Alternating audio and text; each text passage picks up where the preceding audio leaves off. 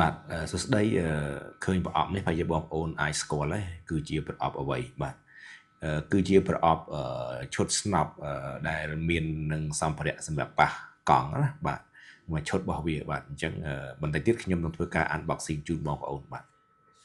ហើយនៅក្នុងប្រអប់វានេះគឺពេលដែលយើងបើកមកគឺយើងនឹងឃើញមានឈុតប៉ះរបស់វាណាមួយឈុតរបស់វាមក complete របស់វានេះគឺយើងមានកៅញុកមានកៅញុកហើយនឹងមាក់ញុករបស់វាមានទូនវិស2បាទទូនវិសមុខជ្រុងមួយមុខតប៉ែតមួយហ្នឹងហើយមានកបិតសម្រាប់កាត់កាវក៏ដូចជាមានកាប់ហើយនឹងអានេះគឺជាក្បាលសម្រាប់យើងតសពបាល់ឬក៏សពពងអីហ្នឹងបាទនេះគឺក្បាលតរបស់វាបាទហើយនៅក្នុងឈុតស្នប់នេះគឺវាមានបាទនេះគឺមានតយោតថែមក្នុងករណីយើងចង់តឲ្យវែងអីណាបាទហើយក៏វាមានក្នុងករណីយើងយកទៅសពជាមួយអាគុយក៏បានដែរបាទអាគុយ12វ៉ុលនេះគឺយើងអាចសពបាទនេះគឺមានគៀបនេះបើវាឲ្យមួយឈុតនឹងមកបាទហើយនឹងនេះបើយើងថាខ្សែខ្លីវាយើងចង់តឲ្យវែងអីគឺយើងអាចតបានបាទនេះគឺខ្សែរបស់វាយើងអូបានទីបានវែងបាទអញ្ចឹងក្នុងឈុតរបស់វាគឺវាមានអានោះហើយនឹងនេះស្នប់បាទស្នប់របស់វានេះគឺវាមានខ្សែវាវែងគួរសមគិតថាហ្នឹងអាចសពបានមុខក្រោយឡើងបាទខ្សែវានេះគឺវែងហ្នឹងហើយនេះគឺដោយកតុយបរិយយើងអាចដោតជាមួយដោយកតុយបរិយបាទ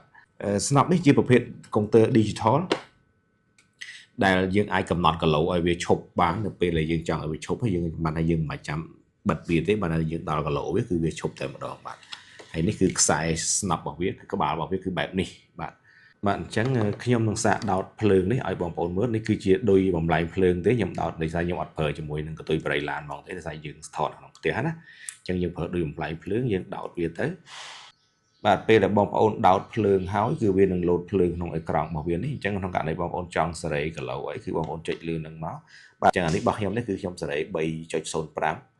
3.05នេះបាទខ្ញុំសេរីគីឡូម៉ូតូខ្ញុំសពអីចឹងទៅបាទម៉ូតូ PCX ណាអញ្ចឹងយើងសេរី 3.05 ទៅនៅពេលដែលយើងចុចសព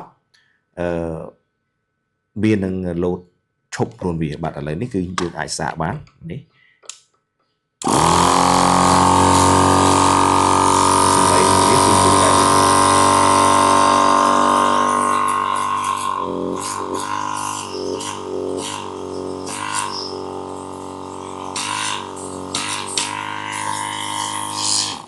បាទអានេះយើងបិទបើកភ្លើងបាទអញ្ចឹងក្នុងករណីបងប្អូនប្រើពេលយប់អីយើងអាចបើកភ្លើងបានបាទប្រើភ្លើងភ្លឺបានបាទស្នាប់នេះគឺកំពុងតែមានការបញ្ចុះតម្លៃបាទអញ្ចឹងប្រសិនបើបងប្អូនចាប់អារម្មណ៍ហើយយើងបញ្ចុះតម្លៃពី30មកសល់ត្រឹមតែ$26ទេហើយប្រសិនបើជាបងប្អូនចាប់អារម្មណ៍អាចធ្វើការតាក់ទងមកមិត្តអនឡាញលក់ទំនិញបានហើយនៅពេលដែលបងប្អូនទិញស្នាប់នេះមួយគឺយើងមាន free ជូននៅក្បាលសប៉ាប់នេះក្បាលសម្រាប់ store ស្នាប់នេះមួយដែលឥតគិតថ្លៃផងដែរបាទគឺយើង free ជូនហើយយើង free សេវាដឹកជូនគ្រប់25រាជធានីខេត្តបាទ